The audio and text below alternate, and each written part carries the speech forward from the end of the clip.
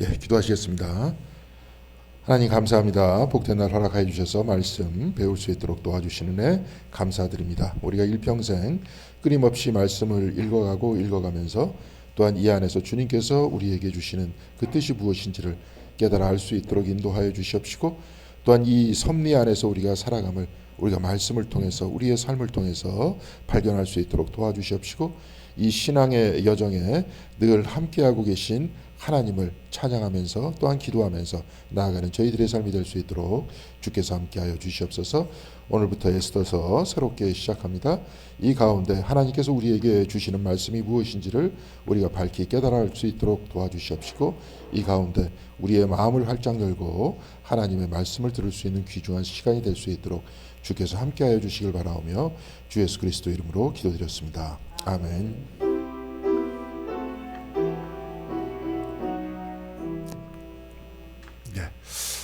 예, 이렇게 쭉 들어가다 보니까 뭔가 좀 바뀐 것 같지 않습니까? 예, 많이 바뀌었습니다. 뭐가 저희 100주년 기념비하고 그 다음에 순교 기념비가 밑으로 내려왔습니다. 그래서 이제 앞으로 좀 지나가실 때 다시 한번 좀 묵상하시는 분들도 계신데 그런 걸 확인하시고, 저도 이렇게 생각을 해보니까 우리 교회의 정체성이 뭐냐. 그러니까 이제 제가 예전에 있었던 정동교회 같은 경우에는 제일 오래된 교회다. 그래서 이제 그분들 스스로 얘기해요. 어머니 교회다 이렇게 얘기를 하는데, 근데 어머니가 좀 어머니다워야 어머니지. 죄송합니다. 저는 그거 보니까. 근데 여하튼 최초로 생겼다는 거예요. 그겁니다. 근데 우리 교회 같은 경우에 지금 정체성이 뭡니까 그러면? 예, 지금 순교 기념비가 내려왔습니다. 내려오고 이제 앞으로 간판 위에 신학과 영성이 살아있다 이런 표현을 쓸 겁니다. 보통 교회에 대해서 자기 교회 쓸 때는 뭐 이렇게 쓰죠. 뭐 가족과 같은 교회, 무슨 어느 교회 쭉 보니까 주차하기 좋은 교회 이렇게 써놨더라고요. 예, 그런 식으로 쭉 했는데 교회의 어떤 나름대로의 정체성을 신학과 영성으로, 특히 이제 순교자 이렇게 얘기할 때는 최초의 우리 그 기독교의 최초의 순교자가 누굽니까? 스테반? 아주 좀 더 권위를 확실하게 하기 위해서는 예수님입니다. 네. 그래서 최초의 신학 안에서는 저기 가장 위대한 게 뭐였냐, 이게 지금 다 우리하고도 연결되어 있는 겁니다. 순교였어요.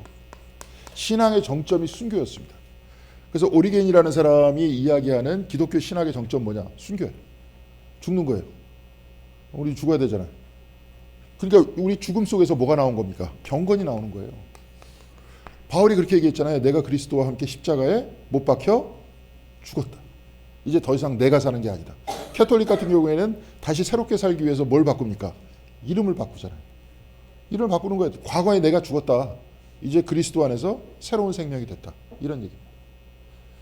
그런데 이제 순교자가 나왔다는 겁니다. 지금 그러면서 이것을 우리의 경건과 어떻게 연결을 시켜야 될 것이냐, 이것이 이제 우리의 목표가 되는 것이고 우리의 정체성이 되는 겁니다. 그리고 그것을 향해서 신학과 영성이라는 것은 삶이에요.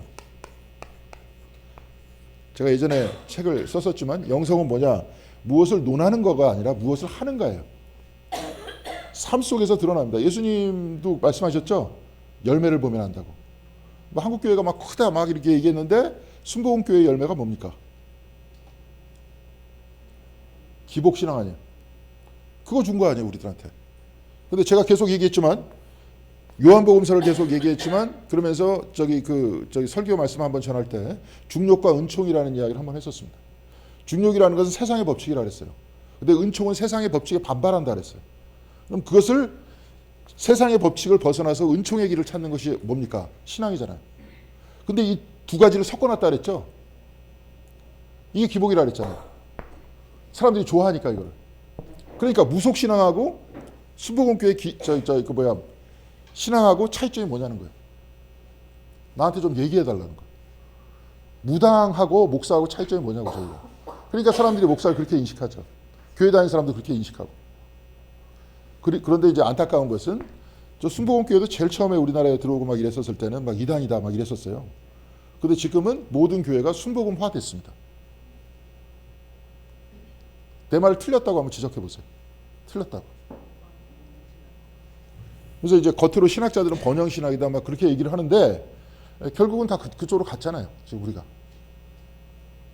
그러면은 중력과 은총을 어떻게 얘기할 거냐? 순교 얘기해서 경건을 어떻게 얘기할 거냐? 이게 우리의 신앙의 포인트가 돼야 되는 거 아닙니까?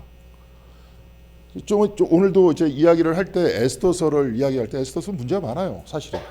이것도 구약 성경 안에서도 그 유대인들도 이거를 성경책 안에 집어 넣을까 말까 경론이 벌어졌던 책입니다.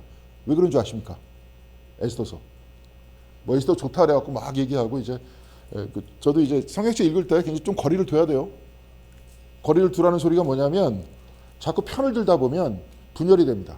그러니까 제가 계속 몇 번 얘기하는 거지만 막 창세기, 출애굽기, 레위기, 뭐 민수기 막 그 성경 강해할 때는 아주 율법이 훌륭한 거다 이렇게 얘기했다가 갑자기 신약으로 넘어와 가지고 바울 서신으로 딱 넘어가든지 예수님의 말씀으로 넘어가면 저 율법 쓸데없는 거다 이렇게 얘기해 왔죠? 아니요? 난 그렇게 했었던 것 같은데 교회 여태까지 다니는 거 보면 말 그때그때 달라요 말이. 귀에 걸면 귀걸이, 코에 걸면 코걸이에요. 그러니까 에스더를 막 얘기하다 보니까 에스더 편을 들게 돼. 근데 나중에 못된 얘기를 많이 해요, 에스더 안에서도. 근데 그걸 솔직히 다 얘기했다는 게 또한 성경책의 위대함입니다. 자기네들이 죽을 뻔했다가 위기에서 딱 벗어나니까 자기들이 죽이잖아요. 그렇죠? 나중에 나올 겁니다. 자기네들이 죽을 뻔해가지고 막 왜 에스더가 금식기도 하고 막 난리를 치다가 나중에 그 위기에서 벗어나니까 자기네들이 자기를 죽이려고 했던 사람을. 목숨을 몇백 명을 뺏었다는 것까지 다 나와 있어요. 이름까지 나와 있고. 그리고 더 제일 중요한 거는 뭐냐? 에스더서에는 하나님이라는 말이 없어요. 하나님이란 말이 한마디도 없습니다. 그러니까 이걸 보면서 어떻게 해야 될 거냐 이거. 성경책에 넣을까 뺄까.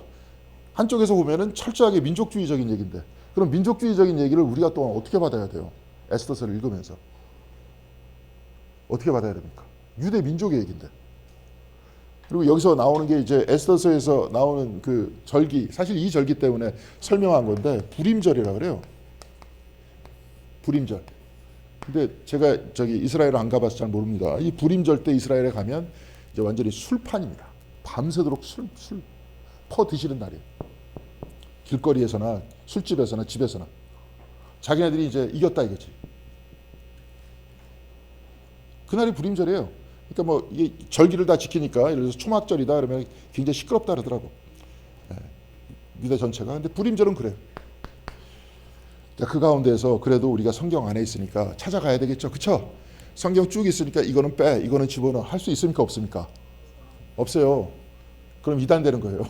제가 저번에 요한복음서 막 설교할 때도 이게 마르다가 아니라 막달라 마리아가 아니었을까? 성서학자들이. 왜냐하면 사본을 계속 찾다 보니까 원본과 가장 가까운 유사한 사본 안에서 마리아라는 이름이 혹시라도 지워진 상태에서 그 위에 마르다라는 이름을 썼었던 흔적들이 발견되는 거예요. 파피루스 안에서. 근데 그렇게 해가지고 마르다라는 이름이 쓰여져 가지고 우리가 성경책에 썼어요. 써가지고 같이 읽고 있어. 근데 그 성서학자 몇 명의 이야기를 들으면서 이 막달라 마리아가 맞다고 고치면 돼요, 안 돼요? 예? 고치면 안 되잖아요. 우리 어차피 경전 위에 세워져 있기 때문에 그렇습니다. 어차피 그거는 받아들여야 돼요. 비판적으로 보는 마음은 괜찮은데 그렇다고 해서 경전을 바꿀 수는 없는 거예요. 그러니까 에스더도 마찬가지입니다. 이게 마음에 안 든다고 해서 빼면 안 되는 거예요. 네. 이 가운데서 그러면은 우리들한테 어떤 메시지를 전해주느냐 이제 이것을 좀 봐야 된다 하는 얘기입니다. 순교자 얘기하다가 자연스럽게 딱 얘기가 나왔는데 그래서 교회 정체성도 이제 순교자의 교회다. 이제 이 가운데서 경건을 찾자. 그리고 특별히 이제 캐톨릭 같은 경우에 보면 많잖아요, 순교자들이. 그렇죠? 지금도 많습니다. 언제 한번 이제 가보면 좋을 것 같은데 저기 제천에 베론이라는 데가 있어요. 베론. 그렇죠, 아시죠? 베론 성지라고 있습니다. 근데 이제 베론이라 그래서 저는 외국 이름이 같잖아요, 베론. 근데 배 밑바닥을 베론이라 그러는데요. 우리나라 그러니까 한자예요, 한자. 베론이라는 게. 근데 거기가 지형이 배 밑바닥처럼 생겼다는 거예요. 근데 그쪽 지역이 이제 누가 관과에서 누군가가 이렇게 딱 들어오면 뒤로 빠져나가기 좋게 이렇게 만들었었는데 거기서 이제 황사영이라는 사람이 잡혀요. 그 사람이 이제 17살 때 장원급제를 한 사람인데 정약용의 형인 정약전을 만나서 캐톨릭으로 개종을 합니다. 그러면서 이제 그 사람이 장원급제했으면은 완전히 그 17살 때 그것도 어린 나이에 장원급제했으니까 천재 아닙니까? 그리고 일평생 보장이 된 거 아니에요, 삶이. 그렇잖아요. 출세길이 보장이 됐는데 갑자기 그 정약용의 형을 만난 다음에 인생이 이제 꼬이기 시작한 거죠. 고난의 길을 걷기 시작을 합니다. 그러면서 이제 그 사람이 황사형 백서라는 글을 써요. 근데 황사형 백서라는 게 이제 조금 논란이 있습니다. 양쪽에 다 논란이 있는데, 여하튼 그 백서를 개나리 보찜에다가 집어넣고 어떤 짐꾼한테 가가지고 프랑스에 있는 신부한테 보내라. 그래가지고 이제 보내다가 걸립니다. 걸려가지고 베론 성지가 다 풍비박산이 되고 그 사람은 24살의 나이에 능지처참을 당합니다. 죽죠. 그러니까 굉장히 안타까운 일이죠. 근데 그런 이야기가 그 베론 성지의 스토리에 쭉 써져 있는데, 만약에 그 순교자들이 있었던 그 장소로 딱 가다 보면 혹시 가보신 분은 알 겁니다. 이게 이제 절두산이나 저희 세남터나 아니면은 그 죽음을 자기 자신의 어떤 신앙과 목숨과 바꾼 거 아닙니까? 내가 이걸 믿고 있는데 나 죽여도 나 이건 못 내려놓는다. 이런 거 아니에요. 근데 이제 그 사람들의 어떤 그 위치에 가보면 진짜 경건해집니다. 그게 이제 순교자들이 가지고 있는 스피릿인 것 같아요. 야, 이렇게 살았던 사람도 있구나. 이렇게 살아서 기독교가 전해져 왔구나 하는 그 이야기를 들을 수 있습니다. 그래서 앞에 우리 교회도 여러 가지 이야기를 하면서 다양한 목소리가 많지만 그런 정체성들을 가지고 이제 영성은 곧 삶의 경건이니까 그 가운데에서 살아나가는 삶이 됐으면 좋겠다, 그런 얘기입니다. 자, 오늘 에스더서 시작해 보도록 하겠습니다. 이제 오늘 그냥 전체적으로 조망을 해보고요. 어떤 마음속에서 에스더서를 좀 읽어야 되는지 그걸 살펴볼 수 있도록 하겠습니다. 거기서 제가 한번 쭉 읽어 나가도록 하겠습니다. 에스더서는 룻기와 함께 구약성경 39권 중에서 유일하게, 유일이 아니고 유이죠, 2개 여성의 이름이 이제 타이틀이 된 겁니다. 룻기도 룻이죠, 그렇죠? 근데 여기도 에스더입니다. 그런데 에스더서의 특이한 점은 이 안에 하나님에 대한 언급이 전혀 없다는 겁니다. 하나님 이름, 야훼, 그러니까 여호와다 아니면 하나님이다 얘기를 안 해요. 하나부터 끝까지 없습니다. 그렇다면 왜 우리는 에스더서를 읽어야 하겠습니까? 우선 성경 안에 포로기 이후에 쓰여져 그 역사와 사건에 대해 기록한 책은 에스라하고 느헤미야하고 에스더, 그리고 역사서인 역대상하가 있습니다. 그러니까 우리가 알기로는 뭐 창세기, 출애굽기 이렇게 쭉 나오죠. 그것은 이제 과거의 옛날 옛적의 얘기들이에요. 옛날 옛적의 이야기들 속에서 하나님과 사람들이 동행했었던 그 이야기인데, 이제 포로기를 갔다 와서 신학이 정립이 되면서 그렇지만 사람들한테 그 옛날 옛적의 이야기들이 더 이상 우리들의 이야기가 아닌 거예요. 우리들도 좀 그랬으면 좋겠어요. 옆에서 예수님 시대의 얘기처럼 갑자기 누가 손을 얹고 기도하면 그냥 막 병이 확 낫고 죽은 사람이 벌떡 일어나고 안전뱅이가 확 일어나고. 근데 지금 그런 시대가 아니지 않습니까? 그럼 이런 시대 안에서 여기 이들도 마찬가지였어요. 역대 상하의 시대, 에스라, 느헤미야, 에스더의 시대, 이들은 어떻게 신앙을 정립할 것이냐. 그리고 바로 이 시대에 우리가 알고 있는 유대교가 생겼어요. 유대교라는 이름의 형태가 생겨난 게 이때 생겨난 겁니다. 그 이제는 교가 아니라 그냥 삶이었어요. 무슨 말씀인지 아시겠습니까? 그러니까 예를 들어서 인도 쪽에 힌두교라 그러잖아요. 이것도 우리가 그냥 붙인 거예요. 그냥 그 사람들은 이렇게 살아. 태어나면서부터 그냥 죽을 때까지 그 패턴대로 사는 거였어요. 여기도 똑같아요. 그 패턴대로 그냥 살아왔었어요. 그러다가 나중에 포로기를 갔다 온 다음에 유대교라는 형태의 구체적인 이름이 생겨났다는 거죠. 그리고 이때 신학이 정립이 돼요. 그래서 신명기서에 보면은 그때 당시에 오래된 문서지만 그때 당시에 막 껴 들어가 있는 문서도 있거든요. 근데 그 중에 하나가 신명기서 6장에 뭐가 나옵니까? 쉐마라고 나와요. 이스라엘아 들으라. 하나님은 유일한 분이다. 그러니까 온 마음과 뜻과 힘을 다해서 하나님을 사랑해라. 한 분 하나님에 대해서 이야기하는 게 나중에 포로기 이후에 나타났던 얘기예요. 막 그 이전에는 우리가 시편 중에 쭉 보면 이런 이야기도 나와요. 무슨 신들 중에 왕이다, 왕 중에 왕이다, 막 이런 표현도 나오거든요. 근데 신명기서 이후에, 그러니까 이후가 아니라 포로기 이후에, 그 이후에는 그런 것들이 없어요. 그냥 하나님은 유일하다. 유일한 하나님, 한 분 하나님을 사랑해라. 이런 이야기가 나옵니다. 그러면서 신학적으로 정립된 거예요. 우리도 하나님이라 그러죠? 하나님이 왜 하나님입니까? 왜 하나님이에요? 하나에서 하나님이잖아요. 한 분이라는 거예요. 그러니까 우리가 여기서도 이제 가끔 신학적으로 얘기하는 에카르트와 같은 사람은 하나님을 뭐라 그래요? 근저라고 그럽니다. 근원이에요.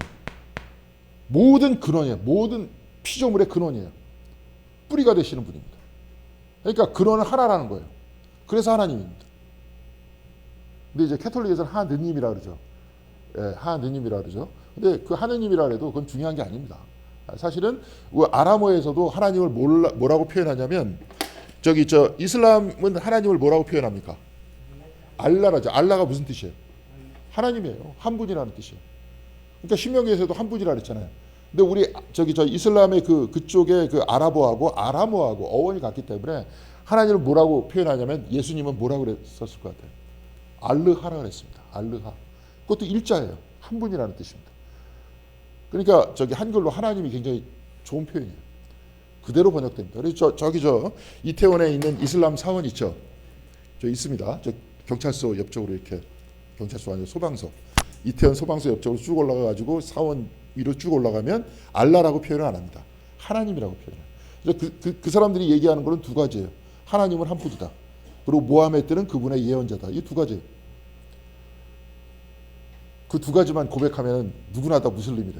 우리 막 세례 받아야 되잖아요. 근데 그 사람은 그냥 고백하면 그 다음부터는 무슬림이 되는 거예요. 근데 여하튼 그거는 그런 쪽이고, 그래서 우리는 하나님이다. 그래서 한 분이다. 이런 이야기를 합니다.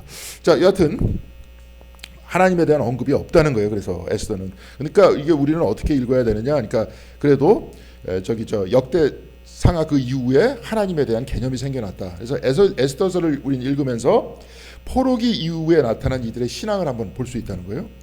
그리고 그 신앙을 구성하는 신학에 관해서 이해할 수 있을 것이다. 그러니까 이 안에서 한번 표현해 보자. 근데 제가 오늘 발견한 신학이 있습니다. 그런데 에스더서는 하나님의 이름이 없고 당신의 명령 역시 찾아볼 수 없어요. 뭐 예언서들 보면 하나님께서 자꾸 말씀하시잖아요. 예언자들한테. 그렇죠? 그리고 출애굽기 보면 모세한테 자꾸 말씀하시고. 그래서 그 말씀대로 살아가는 건데 여기는 그런 게 없어요. 아무것도. 그렇다면 에스더를 통해서 우리가 무엇을 얻을 수 있느냐? 저는 이것을 마태복음 1장에 기록된 예수 그리스도의 위치와 비슷한 모함의 위치라고 나는 보고요. 그 다음에 확신의 신학보다 물음표의 신학이다. 이렇게 얘기할 수 있을 것 같아요. 여기서 나중에 물음표의 신학이 나옵니다. 에스더서 안에서. 나중에 모르드게가 이렇게 얘기를 해요. 당신이 거기에 왕비로 지금 들어가 있는데 이때를 위해서 혹시 그게 필요한 자리가 있을 수가 있지 않느냐라고 물어요. 물음표. 우리들도 잘 몰라. 우리도 잘 몰라요. 지금 우리가 가지고 있는 신앙의 가장 큰 이야기들은 뭐냐면, 제가 가만히 보니까 제가 나왔던 학교에 두 명의 선생님들이, 한 분은 네덜란드로 갔다 그러더라고요. 근데 그분이 쓴 책 중에서 굉장히 어떤 파워풀한 책이 있어요. 근데 Religion in Modern Times라고 현대의 종교라는 책이 있습니다. 여기서도 한번 몇 번 얘기했을 것 같아요. 그래서 종교를 세 개로 나눠요. 근데 기독교, 불교, 뭐 이슬람 이렇게 나누는 게 아니라 이 사람은 주제별로 나눕니다. 종교를. 그러니까 세 가지 요소가 모든 종교에 다 들어 있다는 거예요. 첫 번째 종교는 뭐냐면 차이의 종교래요. 차이. 쟤들과 우리는 달라. 우리는 맞고 쟤들은 틀려. 이거는 약간 이제 김용옥식의 유치함으로 이렇게 넘어가면 뭐냐면, 쟤네보다 우리가 더 뛰어나. 서양보다 동양이 더 뛰어나. 그리고 성서는 그래서 유치해. 동양의 논어, 노자, 얘네들은 뛰어나. 이런 식의 애들이 너희들 아빠보다 우리 아빠가 더 힘세. 이런 얘기.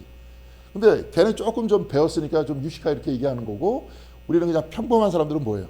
우리만 진리고 저긴 진리가 없어. 이단들도 그러겠죠. 정명석 쫓아가는 애들, 정명석한테만 진리가 있고 지금 기성의 교회한테는 진리가 없어. 이렇게 얘기할 거 아니에요. 그럼 통일교는 어떻게 얘기할까요? 통일교 안에만 구원이 있고 저기는 구원이 없어. 이렇게 얘기할 거 아니에요. 구원은 우리들한테만 있어. 우리들한테만 맞아. 이게 차이점의 종교예요. 여기서 뭐가 나옵니까? 근본주의가 나옵니다. 그런데 이런 종교가 가장 급속도로 성장하고 있어요. 아까 순복음 얘기했지만 순복음도 이런 식이야. 우리 교회 나와야지 복 받아. 저희 다니면은 복 받아. 이런 얘기죠. 자, 무슨 얘기인지 다 아시겠죠? 많이 들었잖아요, 이런 얘기. 그 다음에 두 번째는 휴머니즘적 종교래요. 야, 이거 저 좀 덥지 않습니까? 그냥 펴놓을까요? 내 옷이 두꺼운 거야? 인본주의적 종교예요. 자, 우리 교회에서 옛날에 여기다 도서관 만들어 놨었죠. 예. 그리고 막 교회 안에다가 그런 거 하죠. 요양원 같은 거. 뭐 하자. 그렇게 사회 봉사 중심이에요. 근데 이제 이분들의 얘기는 이런 종교가 가장 급속도로 숫자 떨어진대. 왜 그럴 것 같아? 예?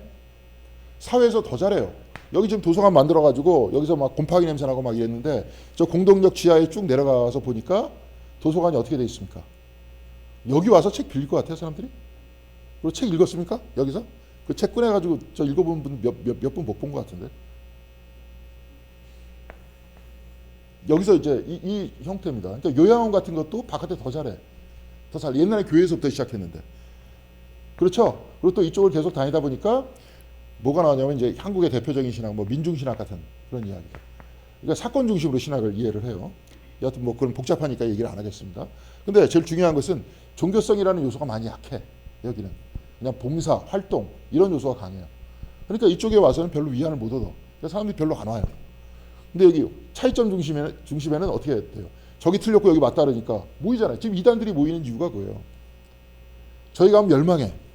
그리고 옛날에 무슨 저기 제 친구네 집에 놀러 갔었는데 여호와의 증인인가? 거기서 왔었는데 어떤 아줌마가 옆에서 나도 원래 교회 권사였다고. 근데 거기 성경 세계 거기서는 확실하게 설명을 안 해주니까 근데 내가 여호와의 증인 가보니까 여기를 확실하게 설명을 해주더라. 네? 그러니까 나는 여기로 왔다. 그렇게 얘기를 하더라고요.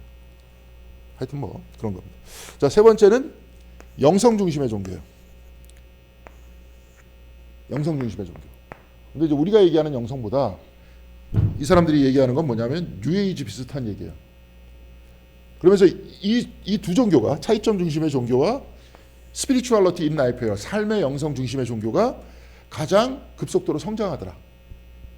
근데 왜 성장하느냐 얘기를 해봤더니 이 차이점 중심의 종교는 확실성을 얘기하잖아요. 그러니까 내가 맞고 쟤는 틀려. 그러니까 이쪽에 오면 구원을 얻어. 라는 확실성을 얘기해 주잖아. 그리고 영성, 삶의 영성 중심의 종교는 여기도 똑같이 뭔가 확실하게 얘기를 해. 여기도 리더들이 많아요.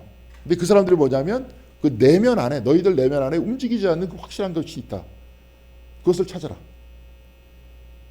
그러니까 이 사람들이 얘기한 건 뭐냐면 현대의 종교를 이렇게 쭉 쓰면서 제일 끝부분에 가장 성공하는 종교가 이 두 가지인데 두 가지인 이유가 뭐냐면 우리가 사는 삶이 불확실하다. 불확실한 삶 속에서 확실함을 이야기해 주기 때문에 사람들이 이쪽으로 간다. 그렇기 때문에 여기가 성장한다. 이런 얘기입니다.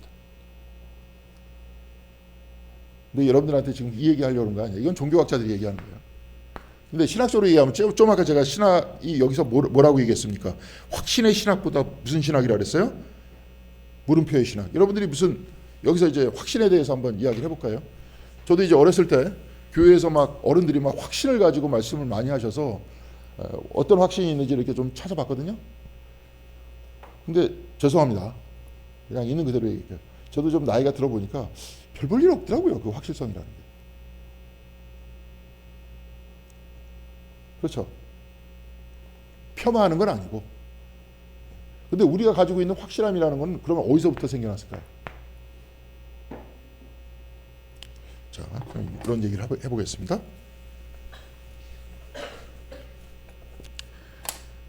신앙이라는 것을 저는 계속 그렇게 여러분들한테 말씀을 해줍니다. 머리로 알았던 것을 어디로 간다 그랬어요? 가슴이죠. 깨닫는다 그랬었을 때 그게 무슨 뜻이라 그랬습니까? 가슴에 가 닿는 거예요. 가 닿는 과정은 어떤 과정을 통해서 가슴에 가 닿을까요? 예? 누적되는 거 아닙니까? 누적되는 거.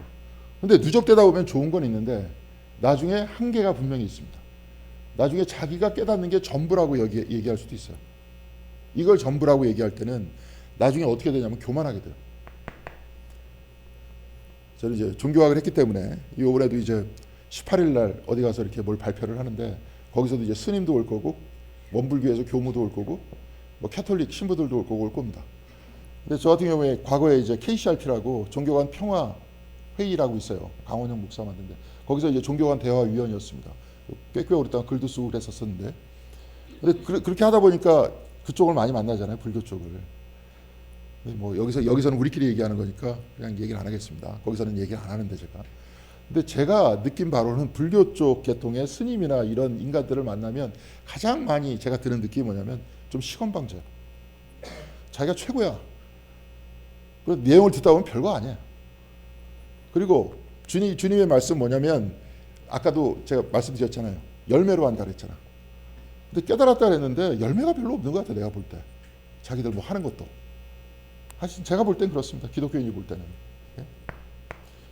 그래서 머리로 가슴으로 가지만 이것도 항상 개방되어 있어야 돼요. 내 이야기도 확실하지 않아. 근데 나한테는 내가 이것을 내가 깨달았어. 말씀 안에서. 깨달았다는 건 어떤 면에서 믿음이잖아요. 그렇죠?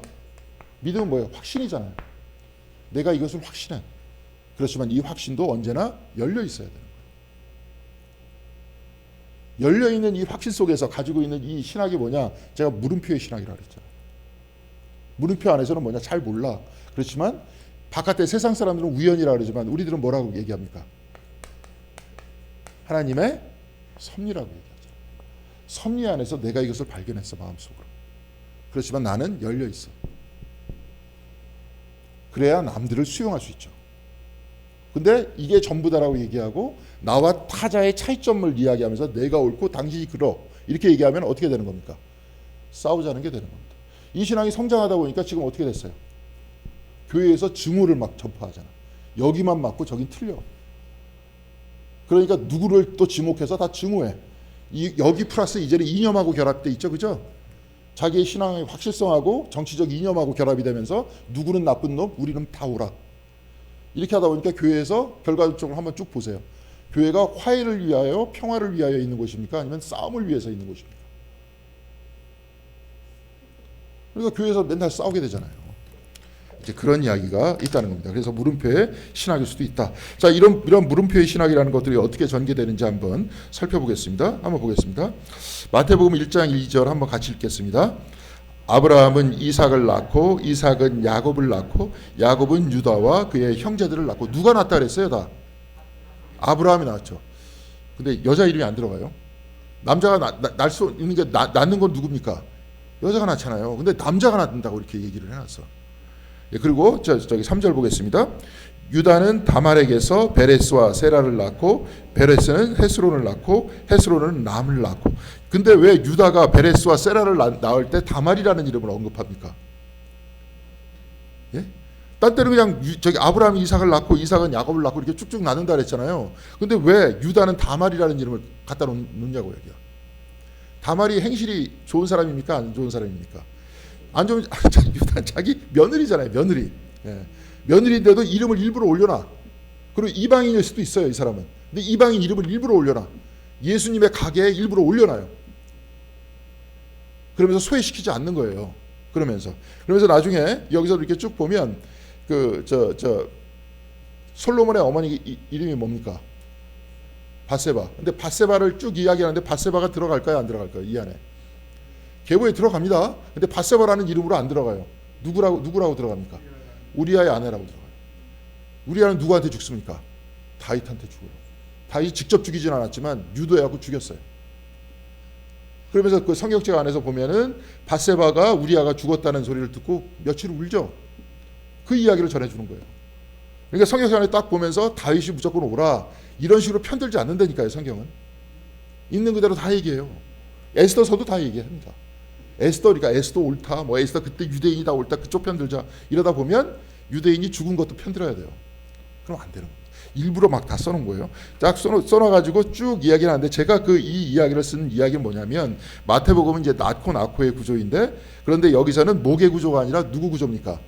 아버지 쪽이에요. 여자는 가끔 나와. 근데 마태복음이 기록돼 있었을 그 당시는 뭐냐면 유대인들은 목의 구조였어요. 어머니 쪽이 유대인이면 유대인이었어요. 원래 그 이전엔 제1성전 그러니까 바벨론 포로기 이전에는 아버지 쪽으로 다 연결돼 있어요. 우리나라 같이. 근데 바빌론 포로 돌아오면서부터 어느 쪽으로 연결되기 시작하냐면 어머니 쪽으로 연결이 되기 시작해요.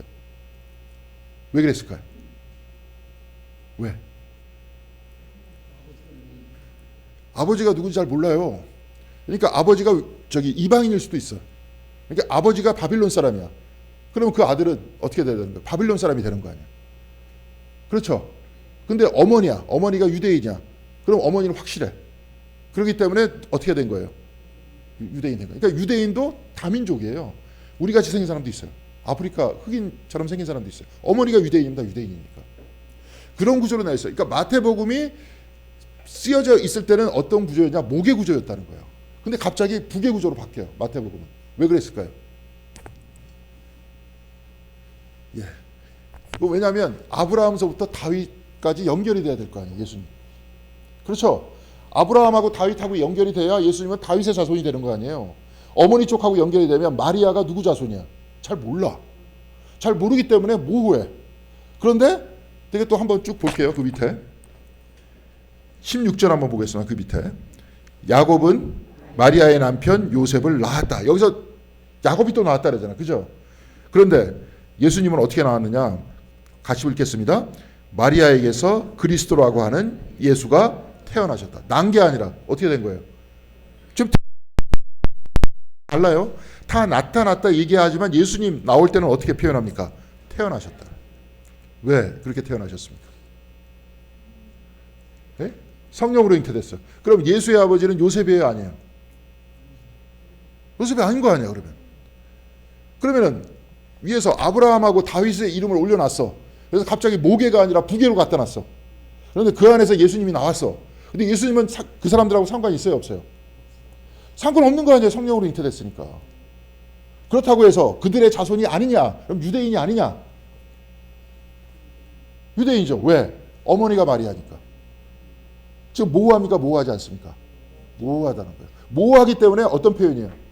아까 얘기했잖아요. 물음표라고. 모호하기 때문에 모두를 포용할 수 있는 거죠. 이방인들도 포용할 수 있는 거고 유대인들도 포용할 수 있는 겁니다. 근데 제가 한번 설교 말씀을 드렸을 때 이 말씀 나왔어요. 포용이라고 할 때는 뭐가 들어간다 그랬어요? 포용할 때 뭐가 들어간다 그랬습니까? 아픔이 들어간다 그랬잖아요. 포용 이전의 단계를 용서라 그랬습니다. 용서는 뭐냐? 내가 오라. 저놈이 틀렸어. 틀렸는데도 불구하고 나를 누르는 거예요. 그리고 저 사람을 받아들이는 거예요. 그게 용서예요. 남북 간에도 마찬가지입니다. 서로 막 남북 간의 적대감을 불러일으킬 때 뭘 것 같아요? 서로 자기가 피해자야. 북한도 마찬가지입니다. 메가더가 딱 상륙한 다음에 북한을 포격을 할 때는 저수지도 남아있지 않다 그랬어요. 그래서 더 이상 타격 목표가 없다. 완전히 박살을 내버렸어요. 그러면 북한에서 전쟁에 대한 서사를 이야기할 때는 항상 어떻게 얘기할 것 같아요? 우리가 피해자다. 얘기할 것 같아요? 안 같아요? 그렇게 얘기하겠지. 우리는 쟤네들이 침략해 들어왔고 우리가 다 이렇게 죽었다 얘기하겠죠. 서로 피해자라고 얘기하면서 내가 맞고 쟤네들이 틀려 얘기하겠죠. 그럼 용서가 됩니까? 안 됩니까? 안 돼. 용서는 내가 맞아. 그럼에도 불구하고 나를 누르는 거예요. 이게 용서예요. 포용은 그거보다 한 단계 더 나아가지고 이것을 뭐예요? 삶의 실천까지도 연결을 시키는 거예요. 받아들이면서 사는 거예요, 같이. 그러기 위해서는 뭐가 들어가요? 아픔이 들어가는 거예요. 필연적으로 들어갈 수밖에 없어요. 그래서 예수님 말씀 중에서 지금 포용 얘기를 했죠. 이게 신학자가 얘기한 얘기라서 그래요. 포용 얘기를 하니까 유대인들도 포용했고 이방인들도 포용했죠. 그러면서 그 아픔을 뭘로 표현했습니까? 성경책에서는. 예수님의 아픔이 뭡니까? 십자가잖아요. 십자가잖아요. 자, 십자가의 피로써 모두가 구원이 됐다. 이렇게 됐다는 것은 모두를 포용했다는 거 아니에요. 모두를 포용하기 위해서 뭐가 들어가요? 아픔이 들어가요. 아프지 않으면 포용이 안 되는 거예요. 그래서 보네퍼 목사 같은 경우에도 십자가의 자리에서 우리를 부르신다 얘기하잖아요. 에스더도 비슷한 아픔이 들어갑니다. 포용하기 위해서. 그렇지만 포용이 실패했어요. 민족주의로 갔기 때문에. 그게 에스더서의 한계입니다.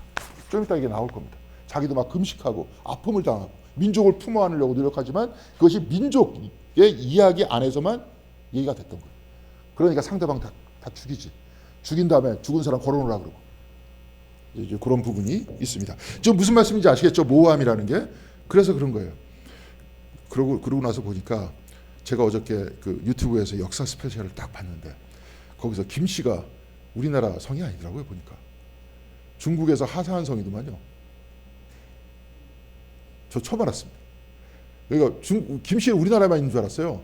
근데 그게 아니고 중국에 김 씨 집성촌이 있어요. 근데 그 사람이 누구냐면 우리나라 신라 시조 김수로 왕의 시조가 김뭐로 돼 있대.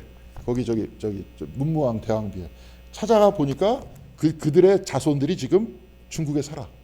근데 그 사람이 원래 그 자손 중에 그 이름 까먹었어요. 김모식인데 그 사람이 원래 뭐였냐 마부였대.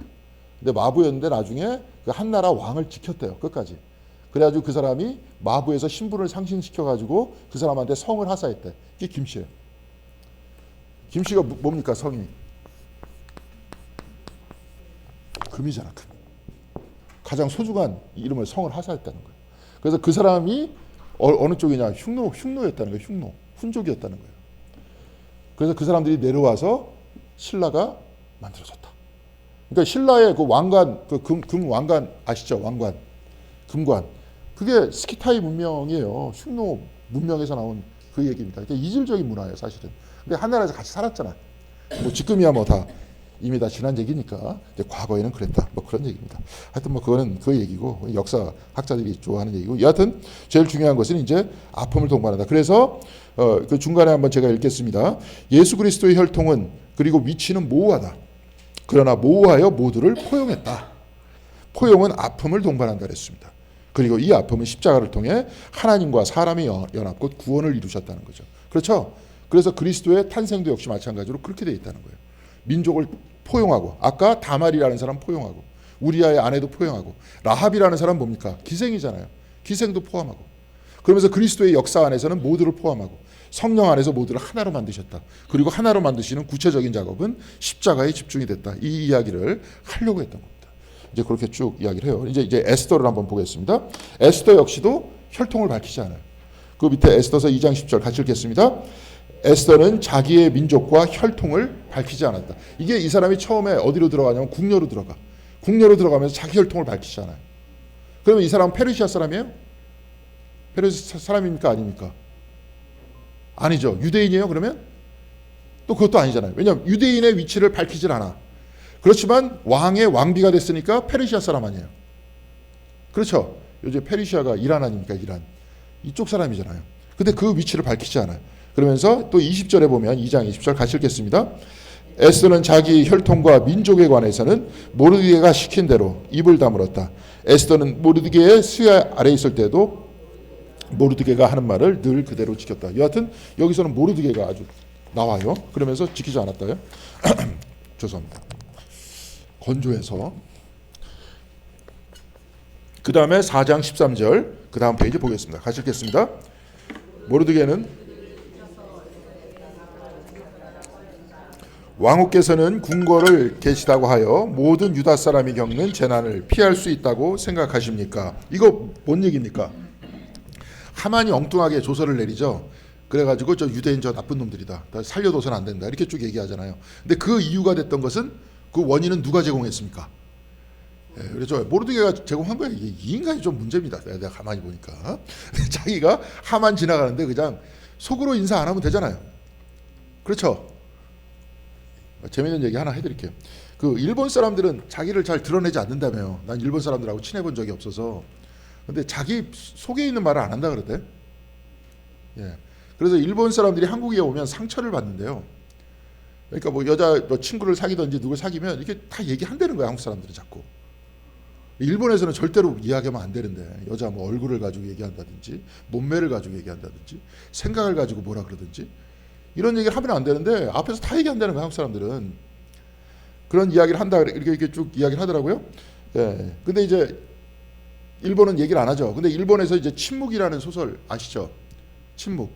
근데 거기서 원래 우리나라 저기 침묵에서 우리나라 그 소설책 침묵 안에서는 제일 끝 부분에 그 이야기가 생략이 돼 있대요. 그래서 이제 김승철이라고 제가 그분하고 이제 인터뷰를 하다가 그분에 대해서 관심이 있어져서 그분의 책들을 읽었는데 그 중에서 하나가 이제 엔도 슈샤쿠 삼과 문학이라는 책을 썼더라고요. 근데 왜냐하면 이제 변선한 교수라는 분의 그 제자 중에 한 명이었는데 지금 일본에서 교수 생활하고 있어요. 근데 변선한 교수가 엔도 슈샤쿠에 대해서 얘기한 게 너무 감동적이었다는 거예요. 침묵에 대해서. 그래서 침묵을 자기가 계속 읽으면서 엔도 슈샤쿠에 대해서 이제 연구를 물론 이제 그 사람 전공은 그쪽은 아니고 하여튼 연구를 많이 쭉 했는데 그 침묵 제일 끝 부분에 그게 있어요. 그 사람이 나중에 배교를 하고 로도리코라는 사람이 배교를 하고 그 다음에 거기서 사는 삶에 대해서 이야기를 해. 근데 그 사람이 삶이 뭐냐면 물품 감정을 하는 사람으로 살아요. 물품 감정이 뭐냐면 외국에서 물건이 수입이 되면 이게 캐톨릭적인 색채가 있느냐 없느냐. 캐톨릭의 그러니까 쉽게 얘기해서 기독교 신앙에 대한 색채가 있느냐 없느냐를 판별하는 사람이에요. 그러니까 만약에 기독교 신앙적인 요소가 있으면 다 빼버려라. 그러니까 수입 못하게 하고 그게 없는 것만 수입하게 해라. 그런 역할을 하면서 살아 이 사람이. 신부였던 사람이. 그러니까 신부였던 사람은 자기가 오히려 기독교적 색채가 있다 그러면 그걸 적극적으로 받아들이면 사람들한테 줘야 되는데 그때는 박해 시대였기 때문에 그럴 수 없게 돼 있고 하필이면 그 사람을 가장 그런 위치에다가 갖다 놓고 일을 시키고 죽을 때까지 그 일을 시켰다는 거예요. 그게 이제 소설의 제일 끝부분입니다. 끝부분이고 근데 그 사람이 그 끝부분에 뭐가 나오냐면 그 사람이 딱 관 속에 이렇게 죽는데 혹시 우리 침묵 같이 봤나요 영화? 안 봤어요? 그 영화에서는 나오더라고요. 근데 영화에서는 비슷하게 나오는데 관 속에 성모상이 들어가 있어. 그러니까 일평생 말을 안 해. 자기가 기독교인이다. 뭐 계속 뭐 신앙생활하는데 말을 안 하고 어떤 일본 여자하고 결혼해갖고 살아. 근데 일본 부인까지도 몰라 그 사람이 신앙을 가지고 있다는 게. 근데 나중에 관을 열어보니까 가지고 있다. 그 영화 안에서 뭐냐면 사람이 화장해갖고 죽는데 손에 쥐고 있어요 그거를. 이게 일본적인 생각이라는 거지. 겉으로 자기 속마음을 얘기 안 하는 거예요. 그럼 속으로만 지키는 거예요. 뭔 말인지 아시겠습니까? 지금 그런 거하고 비슷한 거예요. 근데 모르드게는 뭡니까? 에스더는 그렇게 살았잖아. 근데 모르드게는 어떻게 살았어요? 하만 나오면 인사하고 속으로는 나의 마음속에 절대로 너한테 인사하는 거 아니야. 이렇게 하면 됐잖아. 근데 인사를 안 해. 버티다 보니까 하만이 모르드게만 보면 기분이 좋아요, 나빠요? 나빠.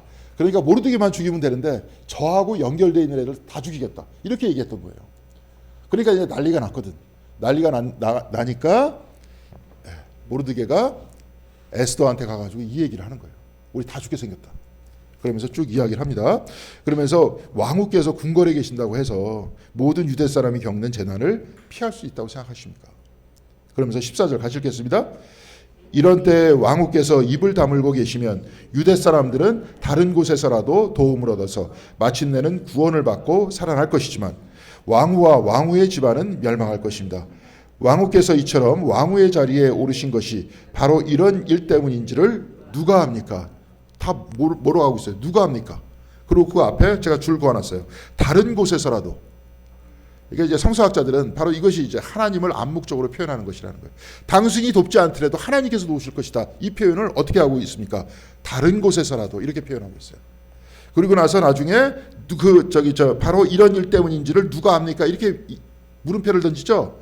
제가 아까 뭐라고 얘기했습니까? 신학 무슨 신학이라 그랬어요? 물음표의 신학. 이 반대는 뭡니까? 확신의 신학이라 했어요. 확신은 좋지만 확신을 너무 절대화하다 보면 배타적이 된다 그랬죠. 확신은 누구한테서 확신이라 그랬습니까? 나한테서 확신이에요. 그러니까 따로따로 다 신앙생활 열심히 해야 돼요. 자식들한테는 전수를 해줘야 되겠지만 자식들이 그 신앙을 가지고 어떻게 해야 돼요? 자기가 확신을 가져야 돼요. 자기가 살아나가야 돼요. 잘 보여주나 오늘 새벽에도 잠깐 얘기를 했었지만 시간이 좀 갔지만 이 얘기는 해야 되겠습니다. 자, 제가 이번 주에 잠깐 이야기를 했습니다. 영혼과 색깔이 빨가니까 좀 그렇죠. 분필이 안 보여서. 자, 영과 육이라는 것의 분리를 이미 다 얘기를 했어요. 지중해 쪽 사람들은. 플라톤 사상 안에도 이런 게 있어요. 그래서 이 육은 뭐라고 표현했냐면 플라톤과 영지주의에서는 껍데기라 그랬어요. 껍데기. 그리고 우리 인간이 여기에 껍데기 안에 들어와서 사는 거는 뭐냐면 지금 유배를 온 거래. 유배. 그래서 우리가 죽으면 다시 영혼의 세상으로 가. 그러니까 거기서 해방되는 거예요. 뭔 말인지 아시겠죠? 그러니까 육은 나쁜 거고 영은 좋은 거예요. 근데 한스킹이라는 분이 이런 거는 기독교적인 것이 아니다라고 얘기하면서 기독교적인 영생이라는 형태는 영혼이 영원하고 육체는 한계가 있다. 이렇게 이분법적으로 구분을 해서 이렇게 얘기하는 것이 아니라 뭐라고 얘기했습니까? 기독교적인 것은. 자꾸 여러분들이 까먹어야 제가 계속 얘기할 수 있습니다. 하나님과의 뭐라 그랬습니까? 기억이 안 나세요? 관계라 그랬잖아요. 하나님과의 관계라는 것은 무슨 얘기일까요? 하나님과의 관계의 영원함이에요. 영혼 자체가 하나님하고 상관없이 내가 원래 영원한 게 아니라 기독교에서는 뭐예요? 하나님과의 관계의 영원이에요. 관계의 영원하다는 게 무슨 이야기입니까? 그렇죠. 의에서. 자, 이거만 기억하세요. 이거는 기억합니다. 하나님에 의해서. 이 안에 신학이 다 들어가 있어요. 사실 하나님에 의해서 내가 있다는 거예요. 이거를 창세기 제 2장 7절에 뭐라고 얘기했다 그랬습니까? 2장 7절에 하나님께서 사람을 만드시고 흙으로 그 코에 생명을 불어넣으시니 사람이 됐다. 그래서 영에 의한 혼이라 그랬습니다. 여기에 영혼하고 달라요. 이거는 루아라고 그랬고 혼은 네페시라고 그랬습니다. 영에 의한 혼입니다. 하나님에 의해서 내가 있는 거예요. 이게 기독교예요. 그래서 뭐 영성신학이나 그런 데 다 얘기할 때 하나님을 가지고 뭐라고 표현하냐면 더 셀프라 그래요. 대문자로. 셀프는 나라는 거예요. 근데 진짜 나야. 왜냐면 하나님이 있어야 내가 있으니까. 하나님과의 관계에 의해서 내가 있으니까. 그러니까 이거 이렇게 얘기하다 보니 아까 순교자 얘기했지만 순교자 얘기가 되죠. 나는 없어져도 하나님을 욕되게 하면 안 되는 거예요. 하나님이 있어야 내가 있기 때문에 이 신앙 자체가 뭔 말인지 아시겠죠? 따로 독립적으로 이렇게 있지 않다니까요. 이거는 이쪽 생각이고 기독교는 이렇게 되어 있는 거예요. 그래서 관계의 영원성을 이야기하면서 로마서 8장 30절에 바울이 뭐라고 얘기합니까? 그리스도 안에 있는 하나님의 사랑에서 아무도 끊을 수 없다라고 얘기하죠. 죽음도 우리를 못 끊는다는 거예요. 그걸 가지고 있는 게 불굴의 신앙인 거예요. 그게 아까도 얘기했지만 머리에서 가슴에 와닿을 때 내 얘기가 되는 거예요. 그렇죠? 그리고 나서 우리가 물음표가 이야기했을 때 뭐냐? 당신도 그 말씀을 듣고 신앙생활하면서 당신도 깨달아야 돼요. 당신의 마음에도 와닿아야 돼. 내가 100번 1000번 얘기해봐야 소용없어요. 저도 마찬가지입니다. 여러분한테 100번 1000번 얘기해봐야 소용이 없어요. 자기가 와닿아야 되는 거예요. 그렇죠. 그런 얘기입니다. 여기서도 이제 그런 이야기예요. 그래서 물음표의 신학, 확실의 신학은 뭐예요? 나한테 확신이고 그러면서 나와 다른 사람한테도 연결돼 있고 열려 있어. 그리고 모든 것들을 다 열려 있는 상황 속에서 섭리를 이야기하는 섭리의 삶이 되는. 자, 그 다음에 이렇게 쭉 이야기를 하니까 이제 아까도 얘기했지만 모호한 에스더가 자기 민족을 포용하기 위해서, 그렇죠? 왕비면은 사람들이 다 죽어도 자기하고는 상관없는 거 아니에요. 그렇죠? 자기 뭐 잘 사는 거 아니에요. 그렇지만 그럼에도 불구하고 아픔의 길을 가요. 아까도 얘기했지만 포용은 아픔이라 그랬습니다. 16절 같이 읽겠습니다. 어서 수산에 있는 유대 사람들을 한 곳에 모이시고 나를 위하여 금식하게 하십시오. 사흘 동안은 밤낮 먹지도 마시지도 말게 하십시오. 나와 내 시녀들도 그렇게 금식하겠습니다. 그렇게 하고 난 다음에는 법을 어기고서라도 내가 임금님께 나아가겠습니다. 그러다가 죽으면 죽으렵니다. 우리는 다 이걸 읽으면서 어떻게 해석을 합니까? 마음속으로 그냥 죽어 이렇게 해석합니까? 아니면은 금식하며 기도하면서 에스더가 그때는 그랬대요. 왕이 허락해야 왕한테 가. 왕이 허락 안 하면 왕비도 못 와요. 그리고 왕비가 그걸 어겼다 그러면 죽는 거야. 왕비도. 아주 강력한 권력이잖아요. 그러니까 우리식으로도 남편이 부르지 않으면 부인 오면 안 돼. 아주 완전히 남성 중심의 사회였고 왕 중심의 사회였죠. 그런데 에스더가 부르지 않은데도 갈 거라는 거예요. 왜냐하면 하만이 그렇게 거사를 이루던 그날 부르지 않고 가만히 있으면 하만이 거사를 이루면 어떻게 되는 겁니까? 다 죽는 거 아니에요. 그러니까 그 전에 하만이 거사를 이루기 전에 부르지 않더라도 내가 가겠다.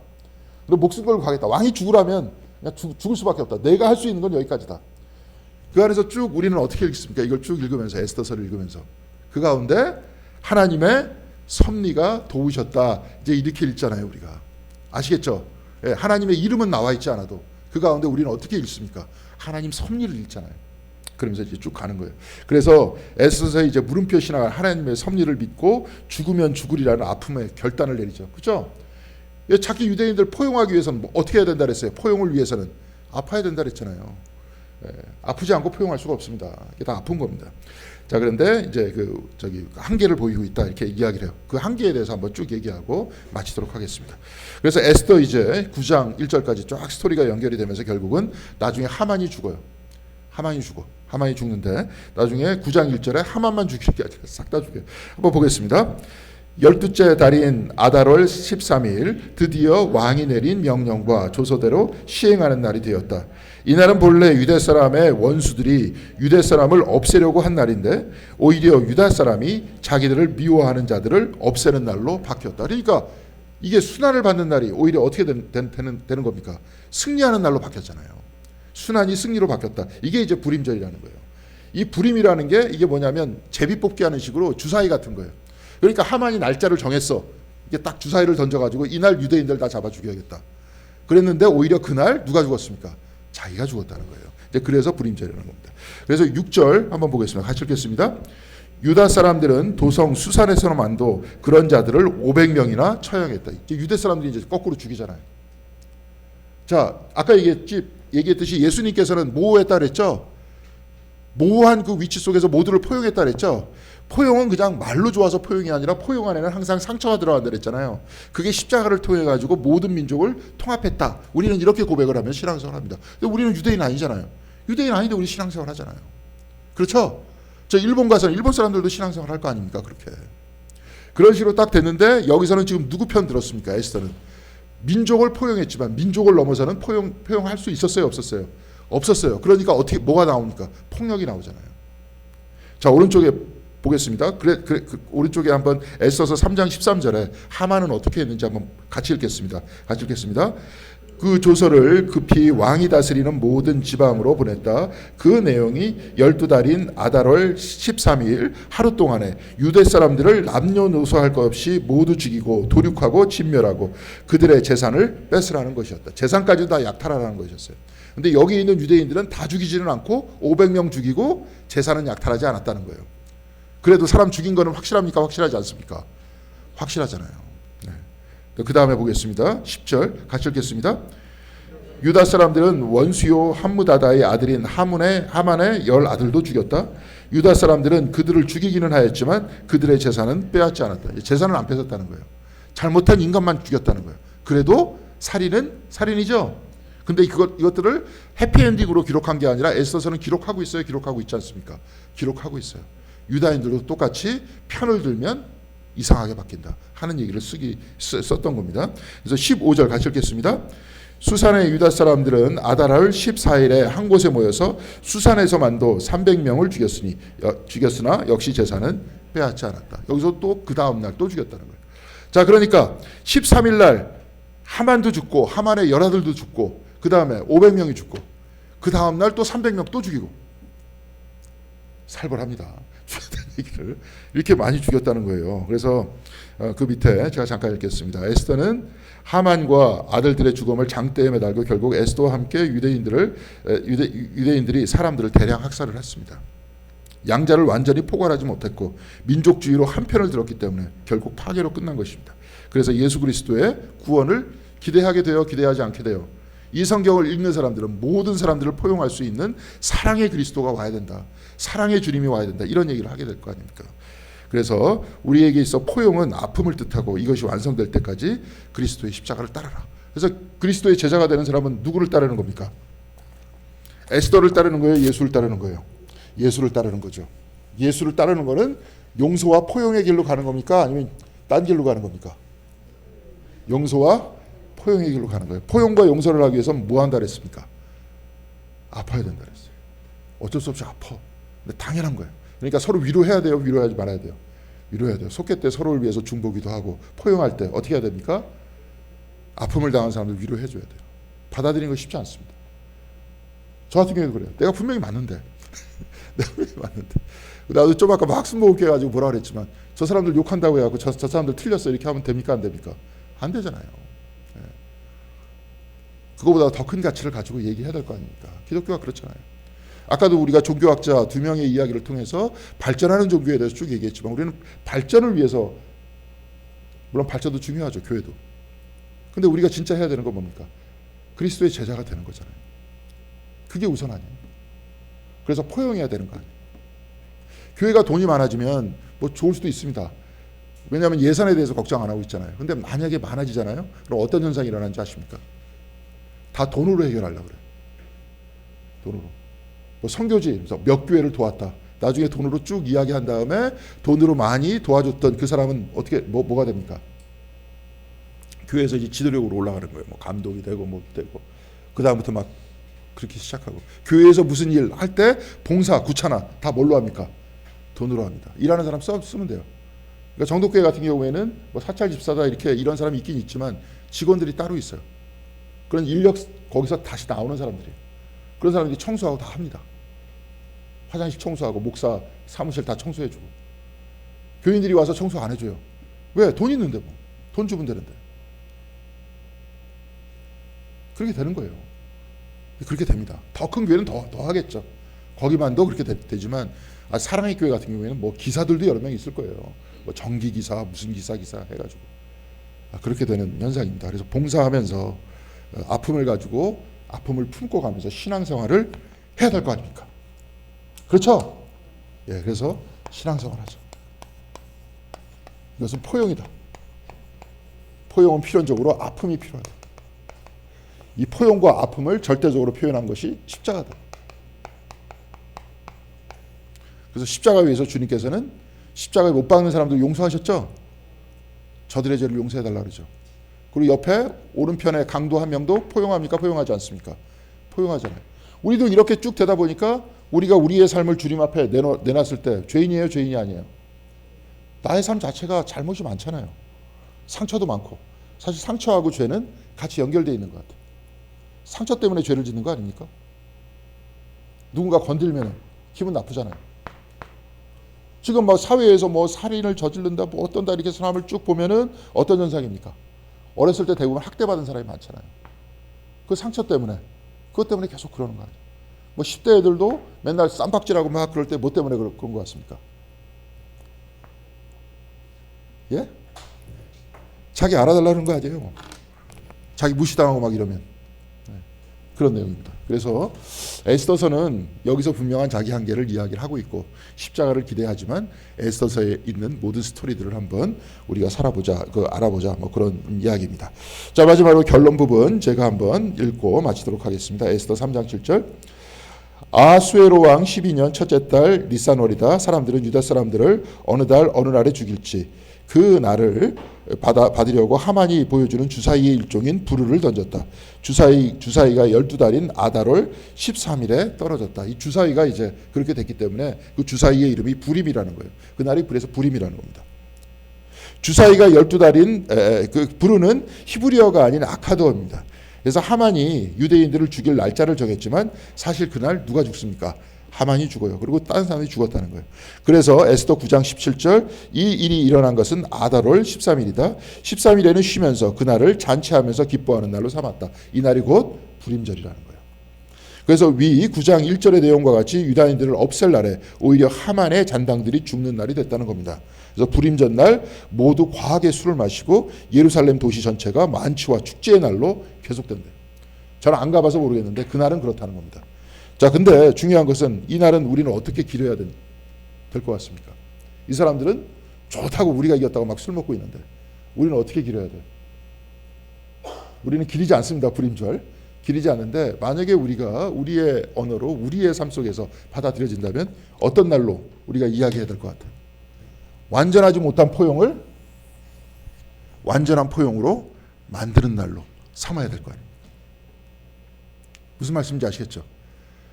쉽지가 않죠. 그러니까 우리 도와달라는 거 아니에요. 용서하게 해달라고 하나라도. 근데 용서의 그 범위가 큰 정도는 잘 모르겠습니다. 뭐 옛날에 이제 저기 여러분들이 그 여수에 가면 누가 있냐면 누가 있습니까? 예. 저도 갑자기 이름 까먹었는데 사랑의 원자탄이라는 분이 누구죠? 손양원 목사라고 했죠. 손양원 목사. 그 사람이 뭐 여순 때 자기 아들이 누구한테 죽었다면서요. 좌익 청년한테 죽었는데 그 좌익 청년을 아들로 삼았다면서요. 용서가 크죠? 근데 그 정도는 쉽지 않죠? 안 쉽잖아요. 그 정도는. 그러니까 사랑의 원자탄이라 그러지. 그래가지고 막 예전에 막 영화도 나오고 지금도 보면 그 손양원 목사님 그 기념교회도 있고 그래요. 거기 가면은 그런데 가더라고 여수 가면. 근데 그 정도는 안 되더라도 우리의 삶 속에서 어디까지 용서할 수 있을 것인가, 어디까지 포용할 수 있을 것인가. 이것도 우리의 신앙이겠죠. 그러니까 다 신앙생활이잖아요. 그냥 이렇게 쭉 이야기하면서 그냥 재밌게 놀고 오랜만에 사람들 보니까 기쁘고 만나갖고 막 이렇게 하는 게 아니라 모여서 우리가 토론할 때도 이야기할 때도 어디까지 용서하고 어디까지 할 수 있을 것인가. 내가 할 수 있었는데 어디까지 할 수 있었는데 못하라. 그러면서 내가 진짜 용서하고 화해할 수 있는 사람이 되게 해달라. 서로 기도하고 우리 교회도 그런 사람이 서로 되게 해달라. 그게 신앙생활 아닙니까? 그러니까 이게 포용입니다. 그래서 불임절날은 우리가 에스더를 읽으면서 완성하지 못했던, 그럼에도 불구하고 분명히 에스더도 포용하려고 그랬지만 그 포용보다도 더 큰 포용을 향해서 우리가 나아가는, 그래서 그리스도 중심의 신앙생활을 하는 삶이 되어야 되지 않나, 이렇게 제가 에스더서를 한번 보면서 생각을 했습니다. 자, 다음 주부터는 에스더서 이제 1장에서부터 10장까지 있는데 한 장씩 이렇게 쭉 읽어 내려가도록 하겠습니다. 그러면서 그 가운데 하나님에 대해서는 이야기하지 않았지만 그 가운데 그 어떤 행간 속에서 이들이 하나님에 대한 신앙을 어떻게 찾고 있고 하나님과 어떻게 동행하고 있는지를 찾아보는 그러한 성경 공부 시간이 될 수 있도록 하겠습니다. 예, 하여튼 열심히 떠들었습니다. 열심히 떠들었는데 혹시 질문 사항 있으십니까? 예, 없어요?